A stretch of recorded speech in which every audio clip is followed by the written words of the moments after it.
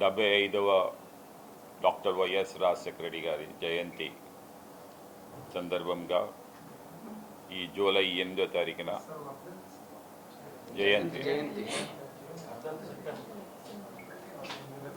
జయంతి సందర్భంగా ఒక వేడుక ఈ రాష్ట్రంలో జరపాలని శ్రీ జగన్మోహన్ రెడ్డి గారు మా అధినాయకులు వైఎస్ఆర్సీపీ పార్టీ ఆదేశాల మేరకు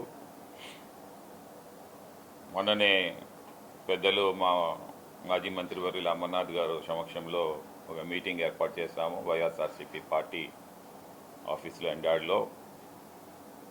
దానికి అనుగుణంగా దక్షిణ నియోజకవర్గంలో 6 ప్రాంతాల్లో డాక్టర్ వైఎస్ రాజశేఖర రెడ్డి గారు విగ్రహాలు మనకి ఉండడం, ఆ విగ్రహాలన్నింటినీ కూడా ఇప్పటికే మనమేమో పెయింటింగ్స్ అవన్నీ వేసి శుద్ధి చేసి ఒక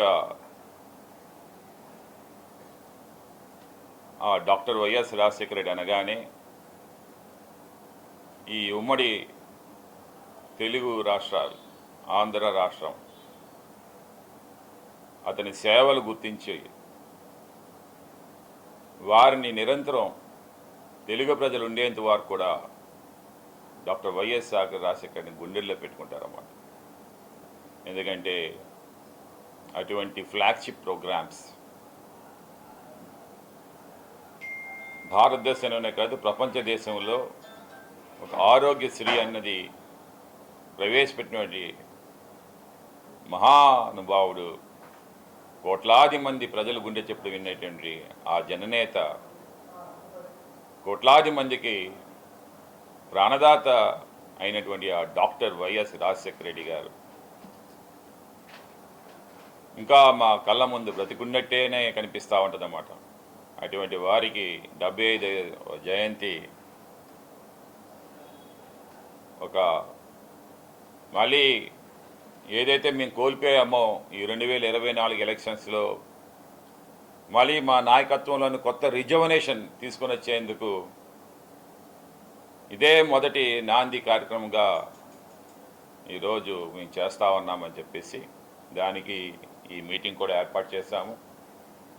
దక్షిణ నియోజకవర్గంలో సోమవారం నాడు పూర్తిగా, ఎందుకంటే డాక్టర్ వైఎస్ రాజశేఖర అనగానే పేద ప్రజల మనిషి, ఆ పేద ప్రజలకే చీరల పంపిణీ కార్యక్రమం కానీ, అన్నదానం కానీ, ఏదైతే ఓల్డ్ ఏజ్ హోమ్స్ ఉన్నాయి ఇలాంటివన్నీ కూడా విజిట్ చేసి దక్షిణ నియోజకవర్గంలో అన్ని వార్డులో కూడా ఈ యొక్క కార్యక్రమం ఏర్పాటు చేసుకుంటామని చెప్పేసి ముఖ్యంగా మీ అందరికీ కూడా తెలియజేసుకుంటాం.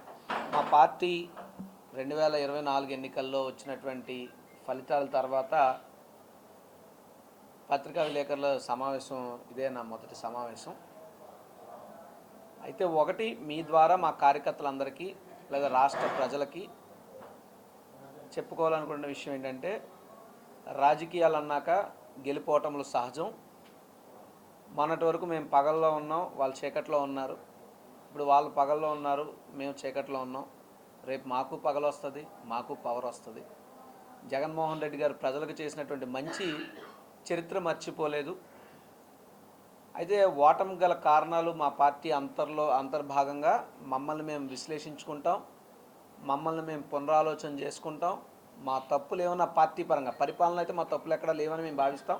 పరిపాలనలో పూర్తిగా నిమగ్నమయ్యి పార్టీని కొంత పక్కన పెట్టేయడం వల్ల ఈ రకమైనటువంటి రిజల్ట్ వచ్చిందేమన్నటువంటి అభిప్రాయం కూడా మాలో అంతర్లీనంగా ఉంది. ఏదైనప్పటికీ పాలనలో తప్పులు ఉండొచ్చు, ఎందుకంటే భగవంతుడు కూడా ఎవరికి 100% న్యాయం చేయలేడు. సో ఏదన్నా చిన్న చిన్న లోటుపాట్లు ఉన్నా, తప్పులు ఉన్నా మమ్మల్ని మేము సరి చేసుకుంటూ, మమ్మల్ని మేము సవరించుకుంటూ నూతన ఉత్సాహంతో, ఉత్తేజంతో ముందుకు మేము ఉరకలేస్తాం. ప్రజల పక్షాన ఖచ్చితంగా రాష్ట్ర వ్యాప్తంగా తిరుగుతాం. రాబోయే రోజుల్లో ప్రజలకు ఏ ఇబ్బంది వచ్చినా, ఏ కష్టం వచ్చినా వైఎస్ఆర్ కాంగ్రెస్ పార్టీగా మేము అండగా ఉంటాం. అయితే మా వైఎస్ఆర్ కాంగ్రెస్ పార్టీ యువజన శ్రామిక రైతు కాంగ్రెస్ పార్టీకి మూల పురుషుడైనటువంటి డాక్టర్ వైఎస్ రాజశేఖర రెడ్డి గారి 75వ జయంతి ఈ జూలై 8న రాబోతూ ఉంది. ఏ రాజకీయ నాయకుడికైనా వైఎస్ రాజశేఖర రెడ్డి గారంటే నడిచే ఒక రాజకీయ గ్రంథాలయం.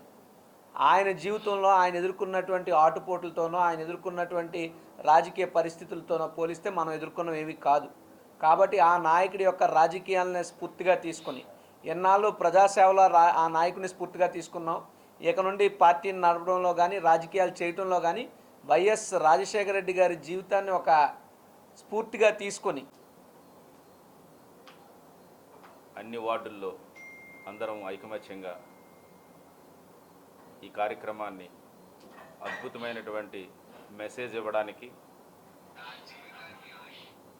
వైఎస్ఆర్సీపీ పార్టీ తొలి అడుగు సంక్షేమ సారథి, సంక్షేమాన్ని అభివృద్ధిని రెండు కళ్ళుగా చేసినటువంటి